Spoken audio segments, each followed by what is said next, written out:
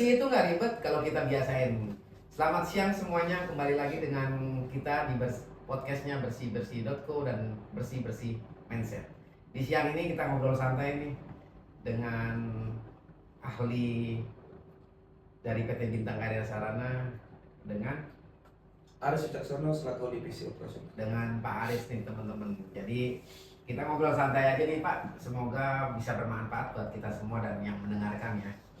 Jadi kenapa sih saat ini nih orang menyepelekan tentang kebersihan Pak? Menurut Pak Aris gimana Pak? Baik Pak Dwi, kalau menurut saya sih kebersihan itu efeknya nggak langsung kelihatan ya. Misalkan kayak buang sampah sembarangan, kita nggak langsung sakit kan. Jadi orang itu mikirnya ya aman-aman aja. Ya benar banget sih Pak memang. Dan sekarang pun ada nih Pak nih petugas kebersihannya, seorang cleaner atau cleaning service, bahwa memang itu adalah pekerjaannya dia bersih-bersih. Tapi tidak semua, ada beberapa yang bisa kita bilang oknum lah ya. Jadi menyepelekan hal-hal yang seperti itu tuh. Menurut Pak Aris gimana nih sebagai seorang petugas kebersihan, tapi di sisi lain petugas tersebut menyepelekan hal itu gitu. Menurut Pak Aris gimana? Baik Pak Dwi, jadi gini, kalau kebersihan kita selalu menyepelekan ya, itu padahal tuh dampaknya tuh seringnya tuh jangka panjang Pak Dwi. Lingkungan kotor, saluran mampet, terus banjir, atau kebiasaan memang jarang cuci tangan lama-lama baru terasa efeknya gitu, yang menimbulkan akhirnya badan kita jatuhnya sakit seperti itu. Ya setuju sih dengan pendapatnya Pak Aris ya.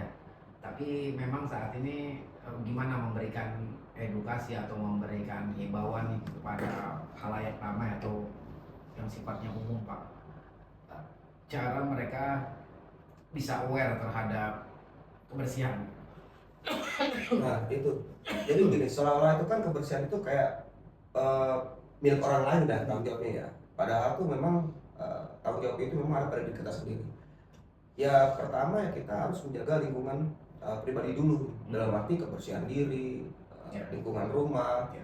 Lalu kita rambatkan ke melebar ke tetangga atau mungkin lingkungan yang sifatnya global seperti itu. Ya, berarti kebersihan itu bukan cuma fisik ya Pak, tapi dari lingkungan kita juga harus kita perhatikan gitu ya. Jadi nih teman-teman, semoga kita semua, khususnya kita nih yang ada di sini, semoga terus menjaga kebersihannya. Jadi kebersihan diri dari dalam diri, terus kebersihan ke lingkungan, artinya peduli nih terhadap diri sendiri, peduli terhadap lingkungan ya Pak. Ya betul. Mungkin ada tips atau trik nih dari Pak Aris, bagaimana kita menimbulkan untuk aware terhadap kebersihan diri dan lingkungan. Yang terakhir nih Pak, monggo. Sebenarnya contohnya banyak sih Pak Dwi kalau kita mau aware tentang kebersihan ya.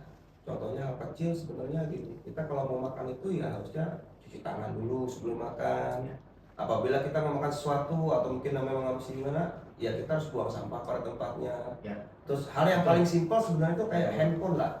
Handphone memang setiap hari kan kita pegang. Kalau kita nggak jaga kebersihan handphone, mungkin tangan kita kan teremisi bakteri atau virus seperti itu. Ya, jadi buat kita semua dan buat teman-teman nih, semoga yang lagi dengerin atau yang lagi nonton kita peduli terhadap kebersihan diri dan kebersihan lingkungan. Terima kasih banyak Pak Aris atas waktunya di waktu yang singkat ini, semoga bermanfaat Pak. Kami akhiri, Assalamualaikum warahmatullahi wabarakatuh.